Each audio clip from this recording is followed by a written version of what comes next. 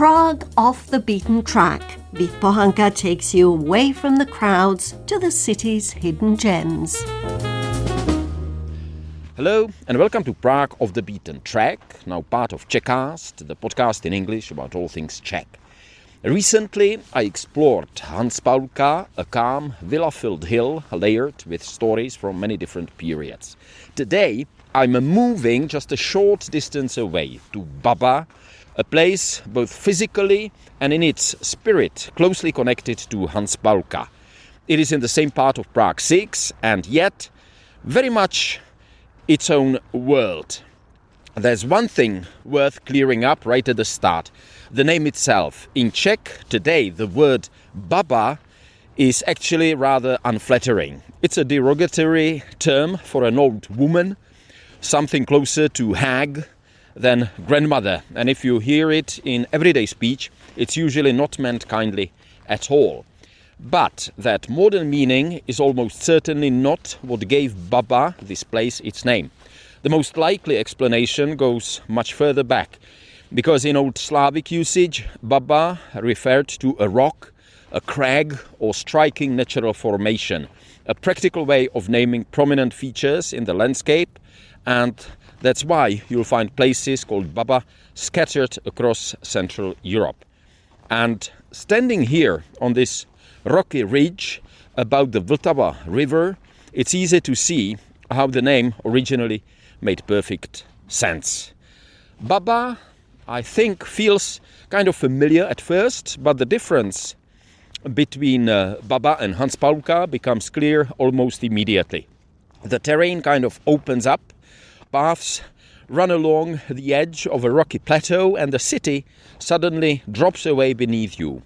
Buildings here don't feel accidental, they seem positioned with intention, in dialogue with the landscape and the views. Even without knowing anything about dates, styles or architects, you can sense that this is a place where architecture really matters. Baba isn't just somewhere people live, it's somewhere ideas about how to live were put to the test. And what those ideas were and why Baba became so important for architecture, it's something I'll get into in a moment. But first, let me set the scene a little bit. So I climbed all the way up to Baba, right onto a kind of field, open field on a narrow ridge that juts out above the river. This isn't a kind of rounded hill that you casually stroll over. It's more like an outcrop and ostroh. That's what we call that in Czech, with steep slopes falling away on several sides. On one side, the land drops down towards the Vltava. On the other, it opens towards the Šárka Valley, which I actually visited in one of the previous episodes of Prague off the Beaten Track, if you want to check it. And also, if you look to the other side, you see a great view of Prague. It looks completely different. You're not facing the usual kind of postcard skyline that you can see from the center. Instead, you're looking across, I would say, layers of neighborhoods, bridges, water and green spaces. Well, not very green right now in winter, but in summer they would be green.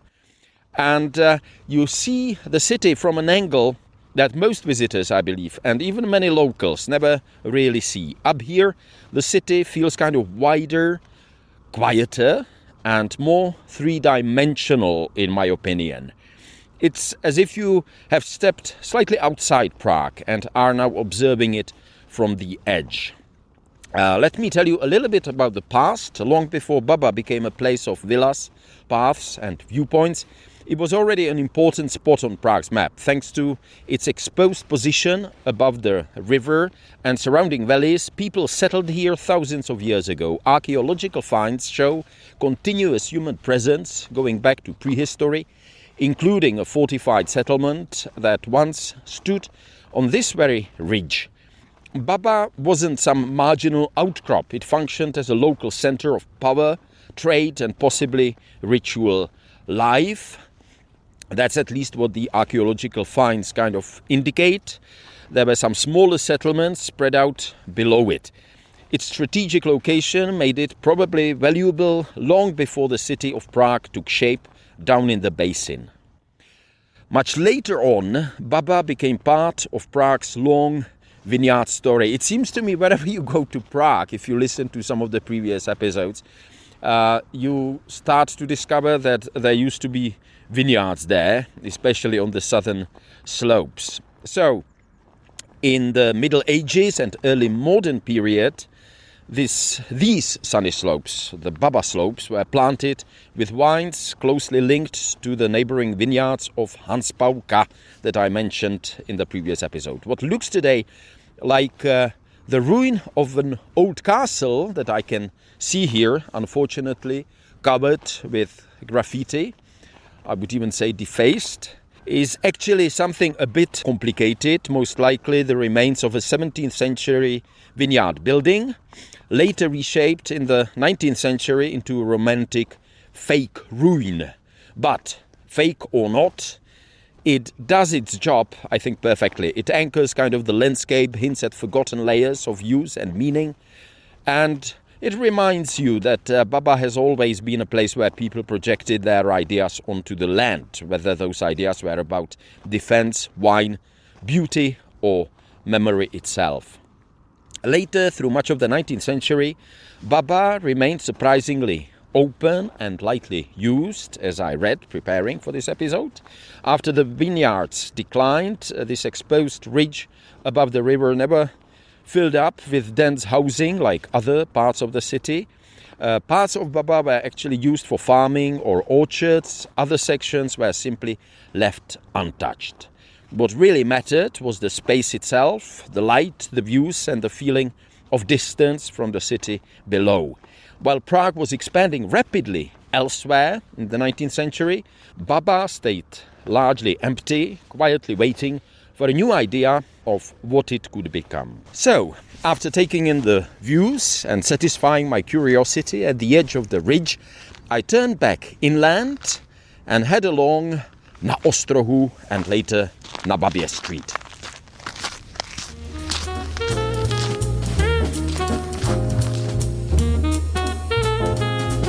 So, now I walk among the villas, and the atmosphere definitely shifts. The dramatic openness gives way to a quieter, more concentrated space where the architecture starts to take center stage. This part of Baba is protected today as a historic monument zone, not because of age in the traditional sense, but because of ideas. The houses here weren't built randomly or gradually, they belong together as part of a carefully thought out experiment. And it's exactly this moment, stepping away from the views and into the neighborhood itself, where Baba begins to reveal what makes it truly special. I'm coming now to what is called the Baba Villa Colony. In 1932, this part of the plateau was deliberately conceived as a kind of open-air showcase of modern living. The aim was to demonstrate that contemporary architecture could be functional, elegant, and I think kind of humane. Not just an elite experiment, but a realistic model for everyday life. The project was shaped by leading Czech functionalist architects of the time. I'm not quite sure whether the names will tell you something, but they included Pavel Janák, Josef Gončar and Josef Fuchs, really big names of Czech architectural school, but also a younger generation of architects, students influenced by their thinking. The houses were laid out here with great care at that time, positioned so they wouldn't block one another's views, turning the slope, the light and the surrounding landscape into an essential part of the design. So, believe me, standing here among the villas, you don't need to be an art historian or an expert architect to understand what makes this place special. The architecture, I think, speaks for itself, and the layout of the whole place. And if you are curious to see how it looks, you can find photos on the Prague of the Beaten Track page on the Radio Prague International website. Even today, walking these streets feels, I would say, like stepping into a carefully composed architectural idea. Let me try to describe them a little bit. The villas are defined by clean, mostly white or light facades, flat roofs, sharp lines, and a complete absence of decoration. This rule was probably, in some cases, broken, I suppose, in later times under communism. But luckily enough, I think most of the villas still keep the very kind of clean shape and clean lines. Nothing here seems to be accidental. The buildings sit really carefully on the slope, responding to the terrain rather than fighting it. This is functionalism in practice, architecture designed around everyday life, comfort and clarity. The idea was that a house should work well before it looks impressive, and that good design could improve how people live. And if I look around, I see that the villas together form a kind of coherent whole, a quiet but confident statement that modern living could be open, rational and humane. Let me add that in 2020, Baba received the European Heritage Label, a kind of EU stamp of significance for places that tell a bigger European story. Baba got it as a part of a joint project called Werkbund Estates in Europe, linking a handful of modernist housing colonies across the continent in places like Stuttgart in Germany, Vienna in Austria, Wrocław, which is now in Poland, but at that time when it was built it was still Breslau in Germany, and Brno, the second Czech city. All these projects were born from the same interval belief that good design could genuinely improve everyday life. It's a nice bit of recognition, but it also comes with a reminder. Baba isn't a museum, people live here, and because of that the place is a little fragile. A few heavy-handed restorations over the years have shown how easily these clean functionalist houses can lose their original character if people don't rebuild them sensitively with history of architecture in mind. So the real challenge now is not just admiring Baba, you can definitely do that here, but also looking after it, which of course is the role that the city and I suppose the Chamber of Architects should be involved in. Well, that's where I'll leave it for today. Thanks for listening to Prague Off the Beaten Track, now part of the Czechcast family. If you enjoyed this or any other episode, please remember to click on the like button, follow it, or even share it. It really helps me to work on more stories in English about Czechia, and in this case about interesting and sometimes beautiful little-known places in the Czech capital. As always, you can find an article, photographs, a map and practical information on how to get to Baba on the Prague Off the Beaten Track page on the Radio Prague International website.